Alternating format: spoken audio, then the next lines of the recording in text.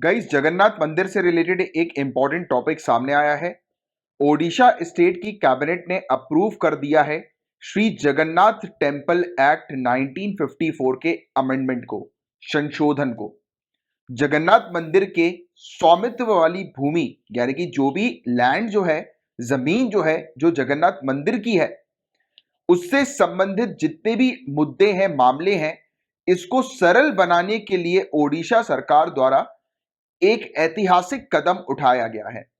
इस संशोधन में मंदिर प्रशासन और संबंधित अधिकारियों को अब राज्य सरकार की मंजूरी के बिना मंदिर की जमीन को बेचने या पट्टे पर देने की शक्ति प्रदान की गई है। तो न्यूज में सिंपल सी चीज यह है जो आपको ध्यान में रखना है कि ओडिशा के अंदर जो जगन्नाथ मंदिर है, तो बिना ओडिशा सरकार की इजाजत के, बिना उनके अप्रूवल के, मंदिर का जो प्रशासन है, टेंपल का जो एडमिनिस्ट्रेशन और जो कंसर्न ऑफिशियल्स हैं, वो इस मंदिर की भूमि को किसी को बेच सकते हैं या किसी को पट्टे पर दे सकते हैं। तो ये सिंपल सी चीज आपको ध्यान में रखनी है, जो कि ओडिशा सरकार ने एक अमेंडमेंट के थ्रू जो है वो करी है, एक संशोधन के थ्रू जो है वो करी है, राइट। और अब जगन्नाथ मंदिर के बारे में गाइस बात करें तो माना जाता है कि इस मंदिर का निर्माण 12वीं शताब्दी में पूर्वी गंगा राजवंश के राजा अनंत वर्मन चोड गंगा देव द्वारा किया गया था।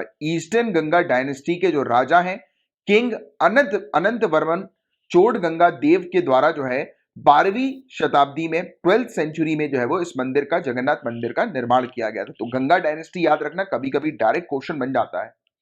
और जगन्नाथपुरी मंदिर को यमनिका तीर्थ भी कहा जाता है। तो याद रखना, यमनिका तीर्थ, इस मंदिर को यमनिका तीर्थ कहते हैं, जहां हिंदू मान्यताओं के अनुसार भगवान जगन्नाथ की उपस्थिति के कारण पुरी में मृत्यु के देवता यम की शक्ति समाप्त हो जाती है। मतलब कि जगन्नाथ पुरी जो मंदिर है, इसके अंदर आकर जो आप ये कह सकते हैं कि इसके अंदर यमराज जो है वो नहीं एंटर कर सकते। अगर यमराज एंटर भी कर जाएंगे तो उनकी शक्ति जो है वो एंड हो जाएगी, राइट।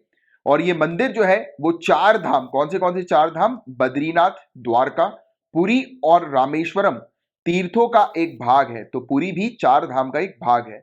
और प्रत्येक हिंदू से अपने जीवन काल में एक बार इन चारों धाम की यात्रा करने की अपेक्षा की जाती है। तो ये कुछ पॉइंट्स हैं जो आपको थोड़ा सा ध्यान में रखना है। और इस मंदिर के आर्किटेक्चर की बात करें गाइस, तो इस मंदिर को श्वेत शिवालय या सफेद पगोड़ा के नाम से जाना जाता है। देखो, एक व्हाइट पगोड़ा है और एक ब्लैक पगोड़ा होता है। तो आप क्या मुझे बता सकते हैं कि ब्लैक पगोड़ा किस मंदिर को जो है वो कहते हैं, राइट। और ये 4 धाम तीर्थ का एक भाग है, जैसा कि अभी हमने डिस्कस किया। और इस मंदिर के 4 द्वार कौन से हैं? तो पूर्वी सिंह द्वार, जो कि मुख्य द्वार है, इस पर झुके हुए सिंह उत्कीर्ण हम लोग को देखने को मिलते हैं, यानी कि इसमें हम लोग को कुछ लायंस जो है वो नजर आते हैं इस गेट पर, मेन एंट्रेंस के गेट पर, सिंह द्वार जिसको जो है वो कहा जाता है, राइट, सिंह द्वार। और इसके अलावा दक्षिण द्वार की बात करें, सदन गेट की बात करें, तो इसको अश्व द्वार जो है वो कहा जाता है। और पश्चिम द्वार की बात करें, वेस्टर्न गेट की बात करें, तो वेस्टर्न गेट को व्याघ्र द्वार कहा जाता है।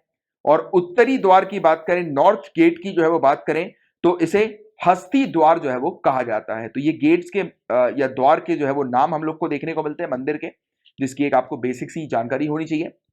और मंदिर के शीर्ष पर, यानी कि इसके टॉप पर स्थित नील चक्र या फिर नीला पहिया हम लोग को देखने को मिलता है। और ये 8 धातु या अष्ट धातु जिसे कहते हैं, उससे बनाया गया है। और प्रवेश द्वार के सामने अरुण स्तंभ यानी कि सूर्य स्तंभ स्थित है। और ये स्तंभ मूल रूप से कोणार्क के सूर्य मंदिर में स्थित था। तो हम लोग को यहां पर अरुण स्तंभ या सन पिलर देखने को मिलता है, जो कि ओरिजिनली जो कोणार्क का सन टेम्पल है वहां पर लोकेटेड था। तो ये कुछ पॉइंट्स है गाइस जगन्नाथ मंदिर से रिलेटेड, और जो न्यूज आई थी जिसको हमने डिस्कस किया।